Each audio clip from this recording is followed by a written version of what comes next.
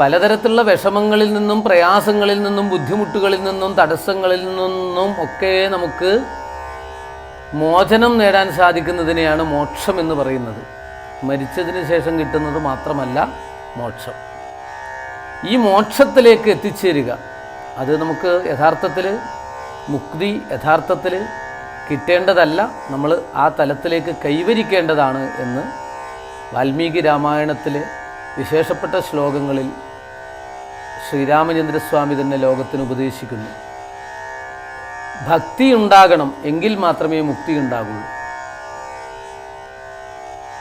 ഭക്തി ഉണ്ടാക്കുക എന്നുള്ളത് പ്രയാസമാണ്.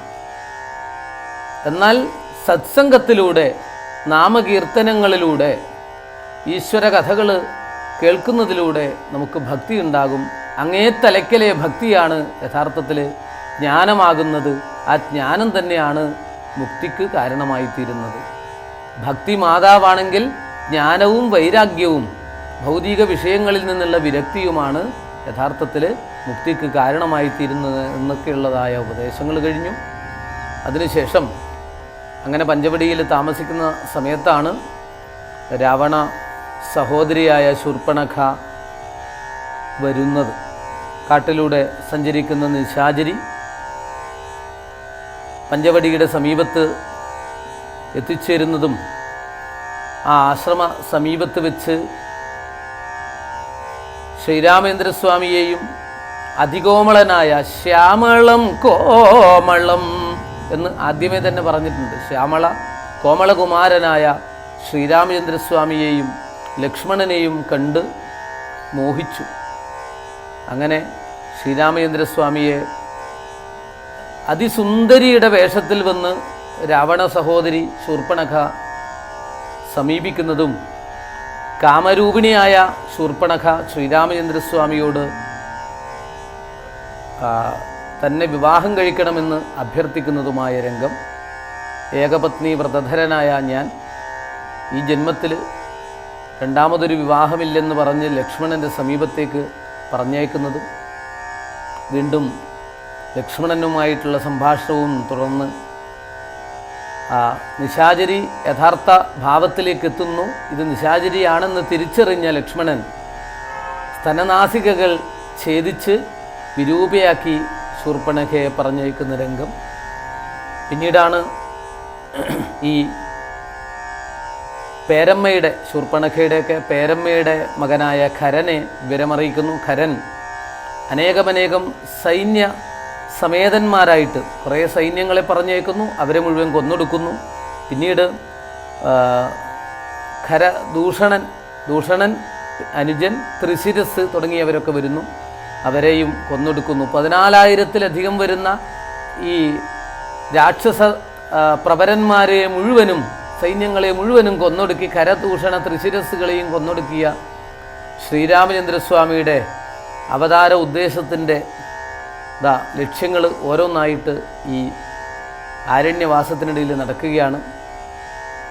ഈ വിവരം മുനിമണ്ഡലത്തിൽ, അതായത് അനേകം മുനികൾ താമസിക്കുന്ന ഇവിടെ ദുഷ്ടന്മാരെ കൊണ്ട് പൊറുതി കിട്ടിയ മുനികൾക്കൊക്കെ തന്നെ ഈ വിവരം അറിയിക്കുന്ന രംഗം. അങ്ങനെ ഖരദൂഷണ ത്രിശിരയാക്കളായ നിശാചരന്മാരും 14,000 അരക്കപ്പടയും കൊന്നതിൻ്റെ വിവരം ലക്ഷ്മണൻ അറിയിക്കുന്നു.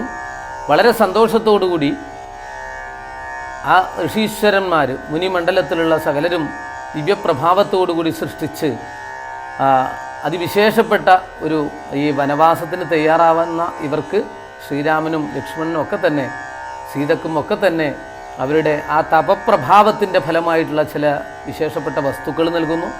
അങ്ങനെയാണ് അങ്കുലീയകം, അതുപോലെ മോതിരം, വിശേഷപ്പെട്ട മോതിരം, ചൂടാരത്നം, അതുപോലെ ഒരു കവചം, ഇതാണ് നൽകിയത്. ആ വിശേഷപ്പെട്ട വസ്തുക്കൾ ശ്രീരാമചന്ദ്രസ്വാമിയുടെ കാൽക്കൽ വെച്ചു. ലക്ഷ്മണൻ നമസ്കരിച്ചു. ശ്രീരാമൻ അങ്കുലീയകം ധരിച്ചു, സീത ചൂടാരത്നം സീതയെ ധരിപ്പിച്ചു. സീത അങ്ങനെ ചൂടാരത്നം ധരിച്ചു, ലക്ഷ്മണൻ കവചവും ധരിച്ച് അങ്ങനെ ആ വനവാസത്തിലെ വിശേഷപ്പെട്ട രംഗം ആരംഭിക്കുകയായി. ശൂർപ്പണഖ വിരൂപയാക്കപ്പെട്ട ശൂർപ്പണഖ രാവണൻ്റെ സമീപത്തേക്ക്, സഹോദരനായ രാവണ സമീപത്തേക്ക് ചെല്ലുന്നതും അവിടെ ചെന്ന് ഇത്രയൊക്കെ കേമനാണെന്ന് പറഞ്ഞിട്ടും ലോകത്തെ മുഴുവനും കിടുകിട വിറപ്പിച്ചിട്ടും കൈലാസത്തെ അമ്മാനമാടിയിട്ടും അങ്ങേക്കൊരു കഴിവുമില്ല. സ്വന്തം സഹോദരി ഇങ്ങനെ ദയനീയമായി ആ മുറിവേറ്റ് പരാജയപ്പെട്ട് കഴിഞ്ഞുകൂടുന്നു. അതികേമനായിട്ടുള്ള ഇങ്ങനെ എന്നെപ്പോലും ദ്വേഷിക്കാൻ കഴിവുള്ളവർ ഈ കാട്ടിലുണ്ടായിട്ടും അങ്ങ് എന്താ ഇങ്ങനെ മൗഢ്യം പാലിക്കുന്നതെന്നൊക്കെ ചോദിച്ചു. അതിൻ്റെ ഫലമായിട്ട് രാവണൻ മാരീചനെ സമീപിക്കുന്നതും രാവണ മാരീച സമാഗമവും പിന്നീട് ഇവിടെ വിവരിച്ചു. ഈ കുറേ കാലം മുമ്പ് തന്നെ വനവാസകാലത്ത് വിശ്വാമിത്ര മഹർഷിയുടെ യാഗം മുടക്കാൻ വന്ന മാരീചനും സുബാഹുവും താടകയുടെ 2 പുത്രന്മാരാണ്. സുബാഹുവിനെ അന്ന് തന്നെ നിഗ്രഹിച്ചു. മാരീചൻ രാമൻ്റെ പരമഭക്തനായി അന്ന് രക്ഷപ്പെട്ടതോടുകൂടി രാമനാമവും ജപിച്ച് കഴിഞ്ഞുകൂടുന്ന ജടാ ധരിച്ച് താടി നീട്ടി അങ്ങനെ രാമരാമ മന്ത്രം നിരന്തരം ജപിച്ചുകൊണ്ട് പരമഭക്തനായി കഴിഞ്ഞുകൂടുന്ന ആശ്രമത്തിൽ കഴിഞ്ഞുകൂടുന്ന മാരീചൻ, ആ മാരീചനെയാണ് രാവണൻ സമീപിച്ചത്. അങ്ങനെ രാമരാമേതി ജപിച്ചുറച്ച് സമാധി കൊണ്ട് ആമോദത്തോടുകൂടി മരുവീടിന മാരീചനെ കണ്ട് സംഭവങ്ങളൊക്കെ പറഞ്ഞു. പക്ഷേ ഈ സമയത്ത് മാരീചൻ ഒരുപാട് ഉപദേശങ്ങളൊക്കെ നൽകിയെങ്കിലും രാവണന് അതൊന്നും ഉൾക്കൊള്ളാനുള്ള സാഹചര്യം ഉണ്ടായിരുന്നില്ല. കാരണം വിനാശകാലേ വിപരീത ബുദ്ധി എന്നാണ്. കാരണം തൻ്റെ സമയം അടുക്കാൻ പോവുകയാണ്. ശ്രീരാമചന്ദ്രസ്വാമിയുടെ ബാണമേറ്റ് ഇഹലോകം വെടിയാനുള്ള സന്ദർഭമായതുകൊണ്ട് തന്നെ അദ്ദേഹത്തിന് ഇതൊന്നും തോന്നിയില്ല. അങ്ങനെ നിവൃത്തിയില്ലാതെ ഈ ദുഷ്ടനായ രാവണൻ്റെ കൈകൊണ്ട് മരിക്കുന്നതിനേക്കാൾ ഭേദം രാമൻ്റെ കൈകൊണ്ട് മരിക്കുന്നതാണ്, ആ മോക്ഷം എനിക്ക് കിട്ടുമല്ലോ രാമ എന്ന് ചിന്തിച്ച് രാവണൻ്റെ നിർദ്ദേശാനുസരണം ഇതാ ഇവിടെ ഈ പഞ്ചവടിയിൽ താമസിക്കുന്ന ആശ്രമത്തിന് സമീപത്തേക്ക് മാരീചൻ വരുന്നു. ഒരു മായാ മൃഗമായിട്ട്, മൃഗമെന്ന് പറഞ്ഞാൽ മാൻ, പൊന്മാൻ്റെ വേഷത്തിൽ. അതിമനോഹരമായ നിശാചരന്മാർക്ക് വേഷം മാറാനുള്ള കഴിവുണ്ടാവും. ഏത് ആഗ്രഹിക്കുന്ന വേഷം കെട്ടാൻ സാധിക്കും. കാമ രൂപം, അതായത് ആഗ്രഹിക്കുന്ന രൂപം ഉണ്ടാകാനുള്ള കഴിവ് അവർക്കുണ്ട്. അങ്ങനെ ആ മാരീചൻ മനോഹരമായൊരു പൊന്മാനായി, അങ്ങനെ പൊന്മാനായിട്ട് കനകമൃഗമായിട്ട് ഈ ആശ്രമത്തിന് സമീപത്തേക്ക് എത്തുന്നതും അവിടെ വെച്ച് ഈ ആശ്രമത്തിൽ അവിടെ വൃക്ഷലതാദികളെയൊക്കെ പരിപാലിച്ചുകൊണ്ട് കാനന ഭംഗി ആസ്വദിച്ചുകൊണ്ട് ആ പൂങ്കാവനത്തിൽ കഴിയുന്ന, ആശ്രമ പരിസരത്ത് കഴിയുന്ന സീതാദേവി വർഷങ്ങളായിട്ട് അവിടെ താമസിക്കുകയാണല്ലോ. ആ ചെടികളെയൊക്കെ പരിപാലിച്ചു കഴിയുന്ന സീതാദേവി ഈ പൊന്മാനിനെ കണ്ട്, കനകമൃഗത്തെ കണ്ട് മോഹിക്കുന്നു. എനിക്ക് പിടിച്ചു തരണമെന്ന് പറയുന്ന രംഗം. അങ്ങനെ ശ്രീരാമേന്ദ്രസ്വാമി ഈ പൊന്മാനിനെ പിടിക്കാനായിട്ട് പോകുന്നു. അടുത്തു വരും, വീണ്ടും അകലത്തിലേക്ക് പോകും. അങ്ങനെ ആശ്രമത്തിൽ നിന്നും രാവണ നിർദ്ദേശപ്രകാരം തന്നെ മാരീചൻ ഈ ശ്രീരാമേന്ദ്രസ്വാമിയെ അകറ്റി സീതയുടെ രക്ഷയ്ക്ക് വേണ്ടി ലക്ഷ്മണനെ ആശ്രമത്തിൽ നിർത്തിയിട്ടാണ് പോയതെങ്കിലും സാഹചര്യം മുഴുവൻ മാറി വന്നു. കുറേ കഴിഞ്ഞ് വളരെ അകലത്തിലെത്തിയപ്പോഴാണ് ഈ മാരീചൻ ശ്രീരാമചന്ദ്രസ്വാമിയുടെ ശബ്ദത്തിൽ ലക്ഷ്മണ എന്നെ രക്ഷിക്കണേ, ഞാനിത് അപകടത്തിൽപ്പെട്ടു എന്ന് പറഞ്ഞുകൊണ്ട് നിലവിളിക്കുന്നു. ആ സമയത്ത് തെറ്റിദ്ധരിച്ച സീത ശ്രീരാമന് എന്തോ അപകടം പറ്റിയിട്ടുണ്ട്, എത്രയും പെട്ടെന്ന് പോകൂ ലക്ഷ്മണ എന്ന് പറഞ്ഞു. അങ്ങനെ മനസ്സില്ലാ മനസ്സോടുകൂടി സീതയോട് ആശ്രമ പരിസരത്തു നിന്നും പുറത്തേക്ക് ഇറങ്ങരുതെന്ന് പറഞ്ഞ് ഇവിടെയാണ് ലക്ഷ്മണ രേഖയൊക്കെ വരച്ച് ഇതിനുള്ളിൽ നിന്ന് പുറത്തിറങ്ങരുതെന്ന് പറഞ്ഞ് ലക്ഷ്മണൻ പുറപ്പെടുന്നതും. അങ്ങനെ ആശ്രമത്തിൽ സീത ഒറ്റയ്ക്കായ സമയത്ത് താപസ വേഷം ധരിച്ച്, സന്യാസി വേഷം ധരിച്ച് രാവണൻ വന്ന് അപഹരിച്ചു കൊണ്ടുപോകുന്നതുമായ രംഗം അരണ്യകാണ്ഡത്തിൽ വർണ്ണിക്കുന്നു. ഇവിടെ നമ്മൾ ഈ വിശേഷപ്പെട്ട രംഗത്തിൽ മാരീചൻ പൊന്മാനായിട്ട് വരുന്നതും മാരീച വിലാപവും മാരീചന് മോക്ഷം കിട്ടുന്നതുമായ രംഗമാണ് നമുക്കിന്ന് ഈ അനുസ്മരിക്കാനുള്ളത്. കർക്കിടക മാസത്തിൽ കർക്കിടകം 18 വളരെ വിശേഷപ്പെട്ട സുദിനമാണ്. അങ്ങനെയൊക്കെയുള്ള സന്ദർഭത്തിൽ ഈ വിശേഷപ്പെട്ട കഥാഭാഗങ്ങൾ നമുക്ക് അനുസ്മരിക്കാനും രാമൻ്റെ അവതാര ഉദ്ദേശത്തെ ഹൃദയത്തിൽ ഏറ്റെടുക്കാനും സാധിക്കട്ടെ. രാമ രാമ രാമ രാമ രാമ രാമ രാമ രാമ രാമ രാമ രാമ രാമ രാമ രാമ രാമ മായാ നിർമ്മിതമായ കനകമൃഗം കണ്ടു മായാസീതയും രാമചന്ദ്രനോടരുൾ ചെയ്താൾ. ഭർത്താവേ കണ്ടീലയോ കനകമൃഗമയം, ഭർത്താവേ കണ്ടീലയോ കനകമയ മൃഗം, എത്രയും ചിത്രം ചിത്രം രത്നഭൂഷിതമിതം. പേടിയില്ലിതിനേതും എത്രയും അടുത്തു വന്നിടുന്നു, മെരുക്കമുണ്ടെത്രയുമെന്നു തോന്നും. കളിപ്പാൻ അതിസുഖമുണ്ടിതു നമുക്കിങ്ങു, വിളിച്ചിടുക വരുമെന്നു തോന്നുന്നു നൂനം. പിടിച്ചുകൊണ്ടിങ്ങു പോന്നിടുക വൈകിടാതെ, മടിച്ചിടരുതേതും ഭർത്താവേ ജഗൽപദേ. മൈഥിലി വാക്യം കേട്ടു രാഘവനരുൾ ചെയ്തു, സോദരൻ തന്നോടു നീ കാത്തുകൊള്ളുക വേണം സീതയെ. അവൾക്കൊരു ഭയവുമുണ്ടാകാതെ യാതുധാനന്മാരുണ്ടു കാനനം തന്നിലെങ്ങും എന്നരുൾ ചെയ്തു. ധനുർബാണങ്ങളെടുത്തുടൻ ചെന്നിതു മൃഗത്തെ കൈക്കൊള്ളുവാൻ ജഗന്നാഥൻ. അടുത്തു ചെല്ലുന്നേരം വേഗത്തിലോടിക്കളഞ്ഞടുത്തുകൂടായെന്നു തോന്നുമ്പോൾ മന്ദം മന്ദം അടുത്തു വരുമപ്പോൾ പിടിപ്പാൻ ഭാവിച്ചിടും. പടുത്വമോടു ദൂരെ കുതിച്ചു ചാടുമപ്പോൾ ഇങ്ങനെ തന്നെയൊട്ടു ദൂരത്തായതു നേരം എങ്ങനെ പിടിക്കുന്നു വേഗമുണ്ടിതിനേറ്റം എന്നുറച്ചാശ വിട്ടു രാഘവനൊരു ശരം നന്നായി തൊടുത്തുടൻ വലിച്ചു വിട്ടിടിനാൻ. പൊന്മാനുമോ അതുകൊണ്ടു ഭൂമിയിൽ വീണ നേരം വന്മല പോലെയൊരു രാക്ഷസവേഷം പൂണ്ടാൻ. മാരീജൻ തന്നെ ഇതു ലക്ഷ്മണൻ പറഞ്ഞതു നേരത്രേ എന്നു രഘുനാഥനും നിരൂപിച്ചു. ബാണമേറ്റവനിൽ വീണപ്പോൾ മാരീജനും പ്രാണവേദനയോടും കരഞ്ഞാനയ്യോ പാപം. ഹാഹാ ലക്ഷ്മണ മമ ഭ്രാതാവേ സഹോദര ഹാഹാമേ വിധിബലം പാഹിമാം ദയാനിധേ. ആതുരനാദം കേട്ടു ലക്ഷ്മണനോടു ചൊന്നാൾ സീതയും സൗമിത്രേ നീ ചെല്ലുക വൈകിടാതെ.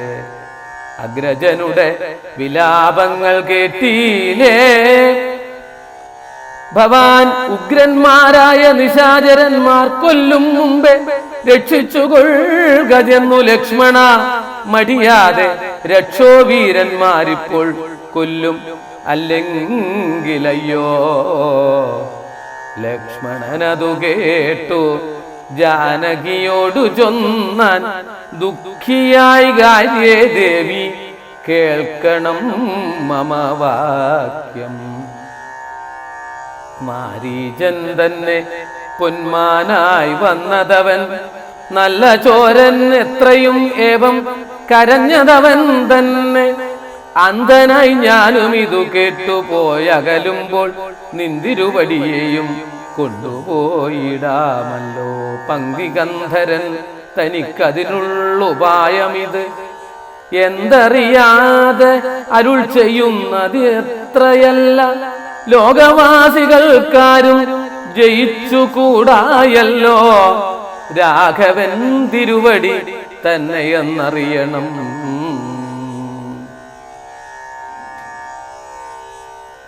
കമലവിലോചനേ കമനീയാംഗി നീയാരമലേ ചൊല്ലിടുനിൻ കമിതാവാരെന്നതും നിഷ്ഠുരജാതികളാം രാക്ഷസരാദിയായ ദുഷ്ടജന്തുക്കളുള്ള കാനനഭൂമി തന്നിൽ നീയൊരു നാരീമണിതാനെ വാഴുന്നതെന്തൊന്നൊരായുധപാണികളുമില്ലല്ലോ. സായമായി നിന്നുടെ പരമാർത്ഥമൊക്കവേ പറഞ്ഞാൽ ഞാൻ എന്നുടെ പരമാർത്ഥം പറയുന്നുണ്ടു താനും. മേദിനി സുതയതു കേട്ടൂര ചെയ്തിടിനാൾ മേദിനീപതിവരനാം അയോധ്യാധിപതി വാട്ടമില്ലാതെ ദശരഥനാം നൃപാധിപജ്യേഷ്ഠ നന്ദനായ രാമൻ അത്ഭുതവീര്യൻ തന്നുടെ ധർമ്മപത്നി ജനകാത്മജ ഞാനോ ധന്യനാം അനുജനും ലക്ഷ്മണനെന്നു നാമം. ഞങ്ങൾ മൂവരും പിതുരാജ്ഞയാ തപസിനായിങ്ങു വന്നിരിക്കുന്നു. ദണ്ഡകവനം തന്നിൽ 14 ആണ്ടു കഴിവോളവും വേണം താനും അതിനു പാർത്തിയിടുന്നു സത്യമെന്നറിഞ്ഞാലും. സീതയുടെ രാവണനോടുള്ള സംഭാഷണവും പിന്നീട് എല്ലാ ഐശ്വര്യങ്ങളോടും കൂടിയിട്ടുള്ള ദേവന്മാർ പോലും കൊതിക്കുന്ന മനോഹരമായ സമ്പത്തുള്ള ലങ്കയിൽ എന്നോടൊപ്പം കഴിയണമെന്ന് പറഞ്ഞു. ഒടുവിൽ സീതാദേവിയെ അപഹരിച്ച് കൊണ്ടുപോകുന്ന രംഗം, ആകാശമാർഗത്തിൽ ആ പുഷ്പക വിമാനം കൊണ്ടുപോകുന്ന രംഗത്ത് രാഘവനെ, ശ്രീരാമേന്ദ്രസ്വാമിയെ, ലക്ഷ്മണനെ ഒക്കെ വിളിച്ച് സീതാദേവി വിലപിക്കുന്ന രംഗം, തുടർന്ന് ജടായുവിനെ കാണുന്നതും തൻ്റെ വിശേഷപ്പെട്ട ആഭരണങ്ങൾ ജടായുവിനായിട്ട് എറിഞ്ഞു കൊടുക്കുന്നതുമായിട്ടുള്ള രംഗവും, പിന്നീട് ഭഗവാന്റെ സീതാ അന്വേഷണവും തുടങ്ങിയിട്ടുള്ള കഥാഭാഗങ്ങളാണ് ആരണ്യകാണ്ഡത്തിൽ വിശേഷമായിട്ട് ഇനി അങ്ങോട്ടുള്ള സുദിനങ്ങളിൽ വർണ്ണിക്കുന്നത്. ആ ശ്രീരാമേന്ദ്രസ്വാമിയുടെ അനുഗ്രഹം നമുക്ക് മേൽക്കുമേലുണ്ടാകട്ടെ. അവിടുത്തെ പാതാരവിന്ദത്തിൽ ഒരിക്കലും ഇളകാത്ത ഭക്തി ഉണ്ടാവട്ടെ എന്ന് നമുക്ക് പ്രാർത്ഥിക്കാം. സ്വസ്തി പ്രജാഭ്യ പരിപാലയന്താം ന്യായേണ മാർഗേണ മഹിം മഹീശാഃ ഗോബ്രാഹ്മണേഭ്യഃ ശുഭമസ്തു നിത്യം ലോകാ സമസ്താ സുഖിനോ ഭവന്തു. നമോസ്തു രാമായ സശക്തികായ നീലോൽപല ശ്യാമളകോമളായ കിരീടഹാരാംഗദഭൂഷണായ സിംഹാസനസ്ഥായ മഹാപ്രഭായ യോഗീന്ദ്രാണാം ത്വദംഗേഷ്വധിക സുമധുരം മുക്തിഭാജാം നിവാസോ ഭക്താനാം കാമവർഷ ദ്യുതരുകിസലയം നാഥാത്തെ പാദമൂലം നിത്യം ചിത്തസ്ഥിതം മേ പവനപുരപദേ കൃഷ്ണ കാരുണ്യസിന്ധോ കൃത്വാ നിശേഷതാപാൻ പ്രതിശതു പരമാനന്ദ സന്തോഹലക്ഷ്മീ. കായേന വാചാ മനസേന്ദ്രിയൈർവാ ബുദ്ധ്യാത്മനാ വാ പ്രകൃതേ സ്വഭാവാൽ കരോമി യദ്യൽ സകലം പരസ്മൈ നാരായണായേതി സമർപ്പയാമി. ഭയഹര മംഗള ദശരഥ രാമ ജയ ജയ മംഗള സീതാരാമ മംഗളകര ജയ മംഗള രാമ സംഗത ശുഭ വിഭവോദയ രാമ ആനന്ദാമൃത വർഷകരാമ ആശ്രിതവത്സല ജയ ജയ രാമ രഘുപതി രാഘവ രാജാരാമ പതിത പാവന സീതാരാമ ഹരേ ഹരേ രാമ ഹരേ രാമ രാമ രാമ ഹരേ ഹരേ ഹരേ കൃഷ്ണ കൃഷ്ണ കൃഷ്ണ ഹരേ ഹരേ ഹരേ രാമ രാമ രാമ ഹരേ ഹരേ ഹരേ കൃഷ്ണ കൃഷ്ണ കൃഷ്ണ ഹരേ ഹരേ. എല്ലാവർക്കും നമസ്കാരം.